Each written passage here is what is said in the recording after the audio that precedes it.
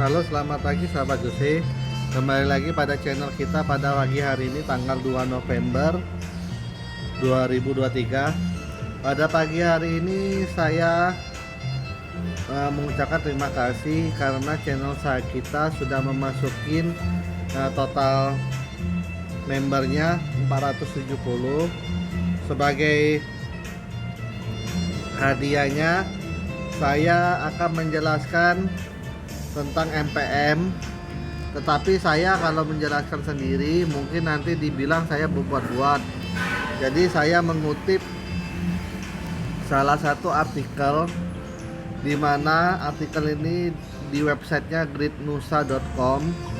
Karena kenapa saya mengutip? Karena saya tidak mau nanti saya dikira mengada-ngada rumus. Jadi rumus itu memang benar-benar semua akuntansi dan semua umum sebenarnya. Cuma oleh individu mungkin bahwa ilmu keuangan ini spesialis, sebenarnya tidak. Ilmu untuk membaca laporan keuangan itu sebenarnya semuanya umum, tinggal mau dibaca, mau dipelajari atau tidak. Nah, jadi hari ini saya khusus membahas tentang net profit margin. Kenapa saya menekankan pada net profit margin? Karena di mana-mana ya namanya kita mau membeli suatu perusahaan, ya kita harus lihat dong perusahaan itu untung nggak. Kalau dia saya sendiri tidak untung, bagaimana dengan kita ya sebagai pemegang saham?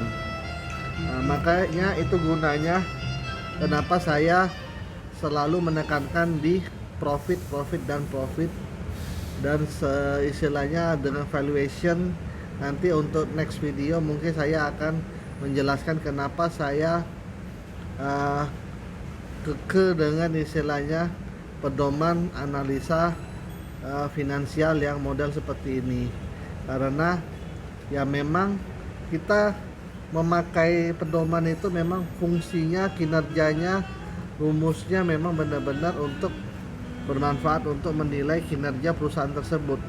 Kita bisa mengetahui apakah perusahaan ini layak atau tidak untuk diinvestasikan. Yang saya bilang lagi, kalau perusahaan itu aja sendiri merugi, bagaimana dia membuat kita menjadi untung? Itu tidak mungkin. Itu di mana-mana yang namanya bisnis atau apapun itu harus untung. Kalau tidak untung ya rugi. Ya siapa yang mau menanggung kerugian tersebut? Masa perusahaan rugi, kita membeli perusahaan itu dan akhirnya kita yang menanggung kerugian itu.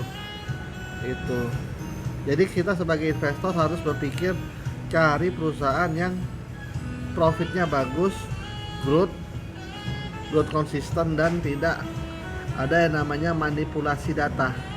Nah, dan di sini kita kan bisa belajar rumusnya.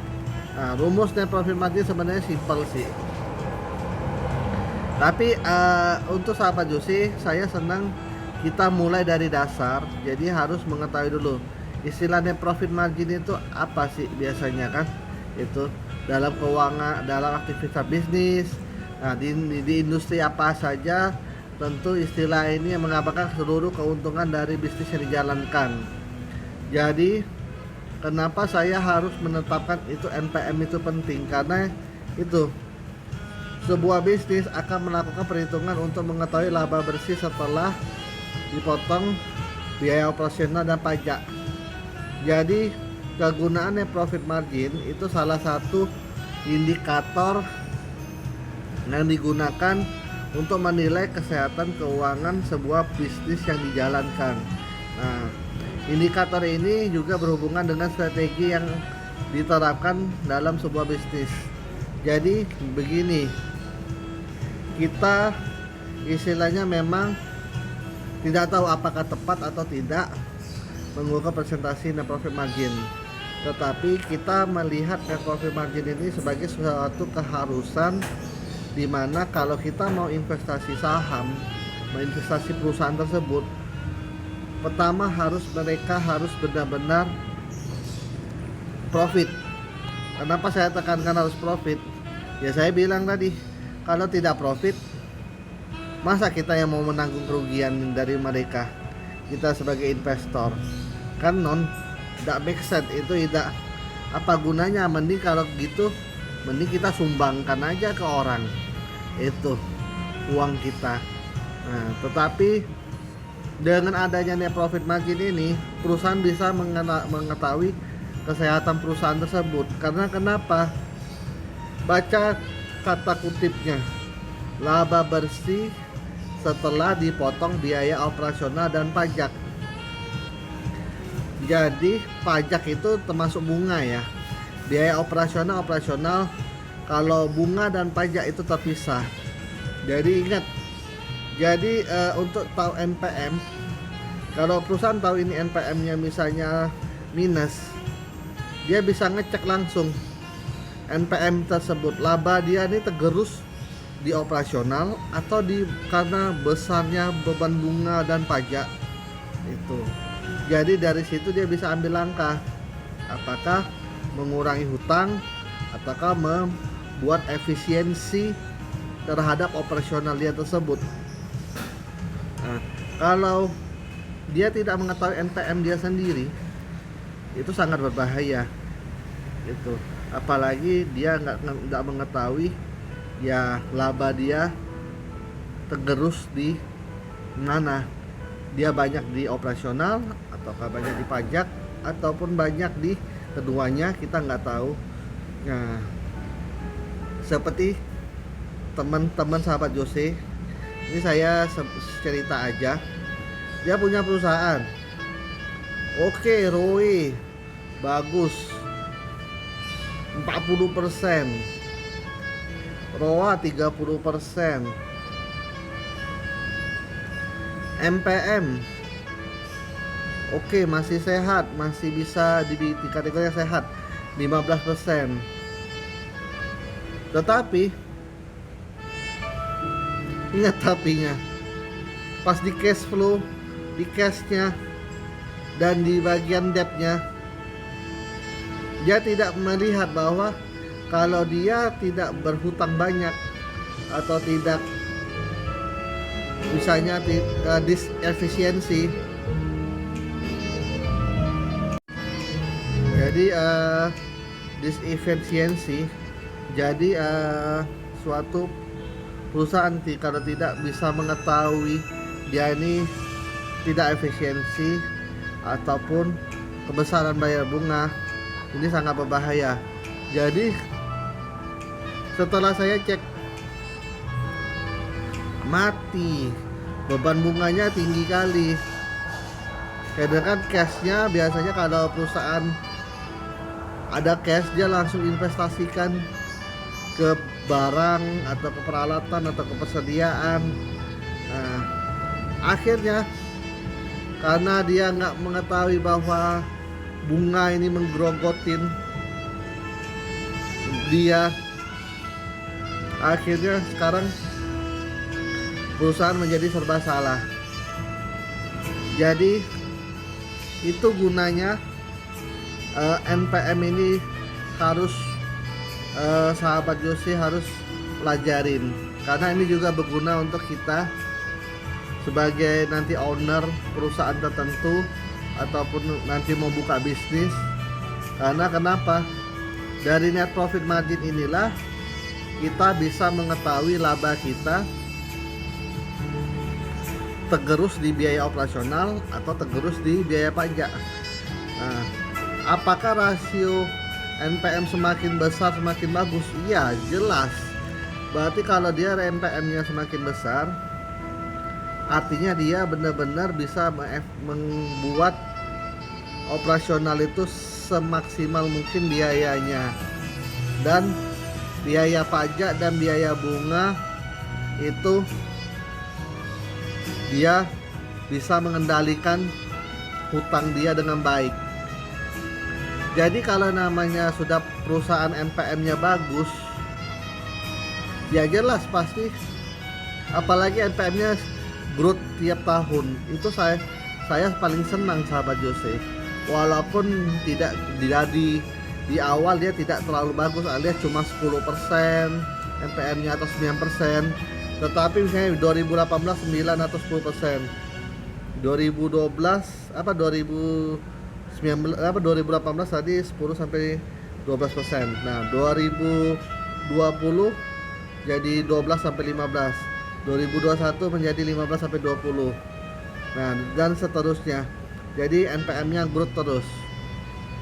Ya, kalau NPM-nya growth terus, artinya perusahaan ini makin bagus dan makin bisa menghasilkan return yang cukup stabil. Karena kenapa? Perusahaan growth akan menghasilkan nilai saham, harga saham di pasar itu akan selalu stabil ke atas itu. Jadi ingat, divisi net profit margin adalah presentasi pendapatan yang dihasilkan dari aktivitas bisnis dan mengkalkulasi setiap aliran dana operasional dan biaya pajak. Semua aliran dana ini kemudian akan dihitung dan diukur untuk mengetahui persentase keuntungan yang didapat. Makin tinggi persentase net profit margin yang didapat, maka secara efisien aktivitas bisnis yang dijalankan dapat dikatakan berhasil. Jadi ingat, ini bukan perkataan saya, dan semua ini juga ada di artikel-artikel yang lain. Memang NPM ini gunanya sangat penting untuk kita menganalisa suatu perusahaan. Jadi fungsi net profit margin dalam bisnis adalah secara keseluruhan net profit margin berfungsi untuk mengevaluasi kinerja keuangan bisnis, termasuk efektivitas dalam menghasilkan keuntungan atau laba bersih dari aktivitas bisnis. Jadi net profit aja tidak mencerminkan, jadi harus net profit margin. Jadi net profit margin ini sangat-sangat penting, karena di dalam net profit margin kita bisa mengevaluasi kinerja keuangan bisnis, termasuk efektivitas dalam menghasilkan keuntungan. Dalam menghasilkan keuntungan itu bisa beraneka ragam yang tadi kita bilang, apakah dari efisiensi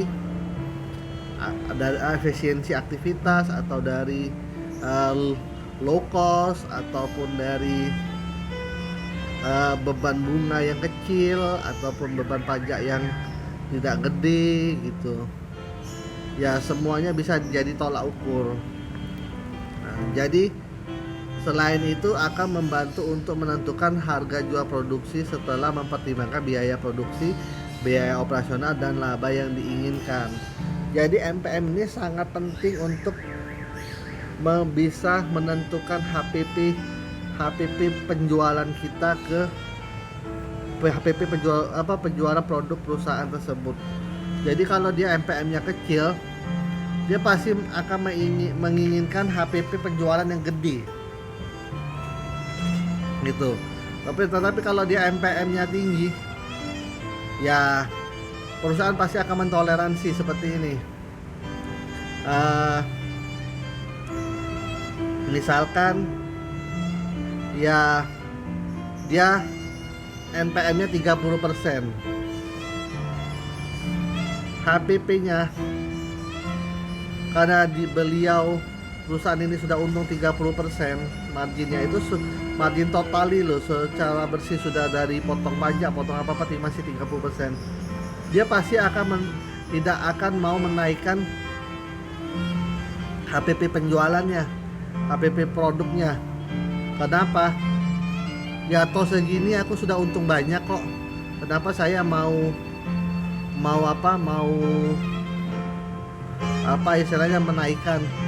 Justru kalau dia NPM tinggi, perusahaan bisa aja kalau misalnya lihat kompetitor bisa misalnya dia harga jualnya 20.000, kompetitor harganya 15.000, dia masih bisa mengikutin HPP penjualan kompetitornya itu. Dia bisa istilahnya bersaing dalam bisnis itu. Jadi itu yang sangat penting dalam NPM itu bisa menentukan HPP juga itu. Nah, rumus dan cara menghitung NPM. NPM dapat dihitung dengan cara mengetahui laba bersih bisnis atau net income dan pendapatan total bisnis atau total revenue yang diperoleh perusahaan dalam periode tertentu. Maka untuk menghitung semua nilai tersebut dapat menggunakan rumus NPM sama dengan laba bersih dibagi pendapatan total dikali 100%. Pendapatan total itu apakah bisa kita bilang total sales? Itu bisa juga. Itu. Jadi kalau misalnya kita lihat di RTI bisnis, saya contohkan. Jadi sahabat Jose bisa lihat itu Kalbe Pharma, itu lihat sekali lagi, ini NPM-nya apa, kita hitung NPM ya. Kita contoh Kalbe Pharma, revenue-nya 22 di 21,7 itu 22 atau 24. Kita lihat apakah betul. Ternyata betul 22,56 dan net profit lihat lagi 2,06 T.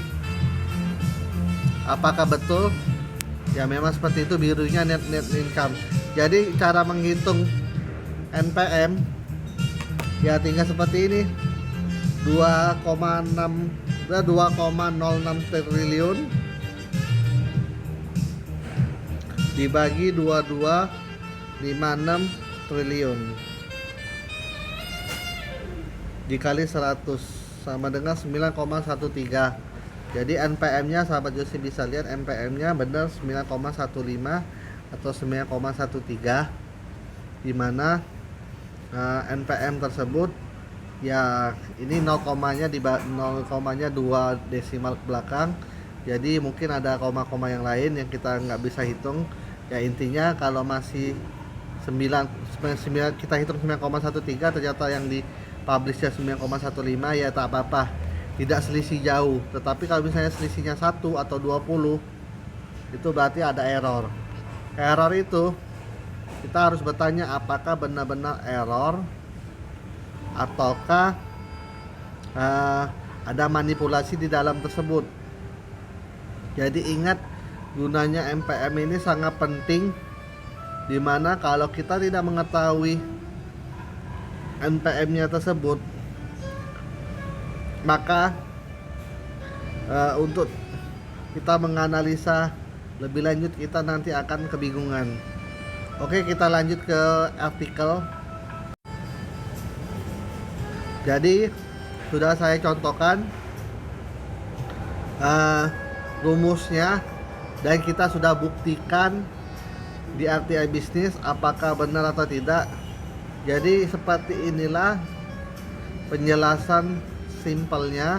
Tetapi kalau mau lebih lanjut menghitung lebih detail secara laporan keuangan yang sebundel besar itu kita bisa lihat komponen rumus net profit margin terdiri dari dua komponen utama, yakni laba bersih atau net income dan penjualan total bisnis atau total revenue. Masing-masing komponen memiliki rumus untuk menghitung nilainya. Misal laba bersih bisnis atau net income diketahui dengan menggunakan rumus laba bersih sama dengan pendapatan total dikurang biaya operasional dikurang pajak. Sedangkan rumus untuk menghitung pendapatan total bisnis atau revenue itu sama dengan harga jual dikali jumlah produk atau jasa yang terjual. Jadi nilai laba bersih atau net income merupakan jumlah uang yang diperoleh perusahaan setelah mengurangi semua biaya operasional dan pajak dari pendapatan total. Sedangkan nilai pendapatan total bisnis atau total revenue adalah jumlah semua pendapatan dari aktivitas bisnis yang diterima oleh perusahaan dan dalam periode tertentu. Contohnya tadi sudah saya demokan di RTI bisnis dan ini sama itu. Nah, jadi interpretasi hasil net profit margin. Diketahui dari asumsi perhitungan yang dilakukan nilai dari NPM sebesar 34%, artinya laba bersih yang diperoleh adalah 34, sedangkan 66% digunakan untuk biaya operasional dan biaya pajak termasuk biaya lainnya. Nah, nilai profit margin yang diperoleh makin tinggi maka dapat menjadi indikator bisnis yang dijalankan mengalami kemajuan. Nah, itu gunanya rumus ini. Nah, itu jadi sahabat Jose bisa melihat sendiri kenapa saya tekankan laba bersih semakin tinggi berarti ya semakin bagus itu. Oke, jadi itu aja yang bisa saya sampaikan. Tetapi kalau mau mengetahui faktor-faktor yang mempengaruhi net profit margin itu adalah ya HPP bisa mempengaruhi NPM, dan NPM juga bisa mempengaruhi keputusan dalam mengambil HPP. Jadi HPP itu merujuk pada biaya-biaya yang dikeluarkan untuk memproduksi barang, biasanya biaya bahan baku, tenaga kerja, biaya produksi. Nah, ketika HPP meningkat maka laba kotor akan menurun. Hal ini karena biaya produksi yang meningkat dapat mengurangi keuntungan perusahaan dan akan berpengaruh terhadap net profit margin yang akan ikut menurun. Nah, maka aku bilang kalau misalnya NPM gede atau NPM kecil, dia akan kebijakan itu akan tetap ada mempengaruhi keputusannya untuk membuat HPP-nya berapa. Dan di penjualan, pendapatan yang meningkat dapat berpengaruh terhadap NPM. Jadi revenue itu akan berpengaruh terhadap NPM itu, dengan asumsi itu istilahnya perusahaan juga harus memperhatikan biaya produksi agar tidak meningkat, karena meningkatnya biaya produksi bisa menurunkan nilai profit margin. Nah, biaya operasional juga mempengaruhi. Jadi semakin tinggi biaya operasional maka istilahnya biaya NPM juga akan turun. Sama juga biaya pajak juga mempengaruhi NPM. Nah, jadi biaya, kalau nilai pendapatan lebih besar daripada biaya pajak maka NPM biasanya meningkat. Jadi kalau pajaknya lebih kecil daripada pendapatan maka NPM akan meningkat. Nah, jadi kalau untuk kita bisnis juga, strategi untuk meningkatkan NPM itu apa aja? Ya, mengurangi HPP, meningkatkan penjualan, mengurangi biaya operasional, mengelola pajak dengan efektif. Itu. Nah, kalau untuk contoh studi kasus yang ini, sahabat Jose bisa lihat sendiri di website greennusa.com. Ya, untuk istilahnya mau lebih detail tentang apa ini studi kasusnya, istilahnya tentang NPM. Tetapi semua yang sudah itu saya sudah terangkan dengan baik. Tinggal istilahnya sahabat Jose melalui video saya hari ini, maka sahabat Jose bisa mengetahui fungsi NPM dalam kita menganalisa suatu saham itu sangat penting. Karena kenapa, dari NPM tersebut kita bisa mengetahui apakah perusahaan ini layak atau tidak layak dalam kita investasikan. Kenapa? Karena NPM kalau misalnya minus ataupun tidak bonafit, kenapa kita sebagai investor mau membelinya? Nah, coba kita bayangkan, itu kita beli makanan yang sudah busuk, apakah layak bisa untuk jadi kita makanan? Ya harus dibuang dong, itu jangan dibeli. Nah, kecuali ada studi kasus yang berbeda, di mana NPM minus kok harga sahamnya naik. Itu ada pertanyaan seperti itu pasti. Nah, Itu kalau sahabat Jose mau tahu kenapa MPM perusahaan ini minus, tetapi harga sahamnya justru naik. Kenapa, hayo? Itu pertama, mungkin ada calon investor atau buyer seperti kita, calon investor atau ya kita mau beli saham itu, kita mungkin perlu wadahnya, dan dia berharap dengan dia masuk saham itu maka dia bisa masuk ke manajemennya.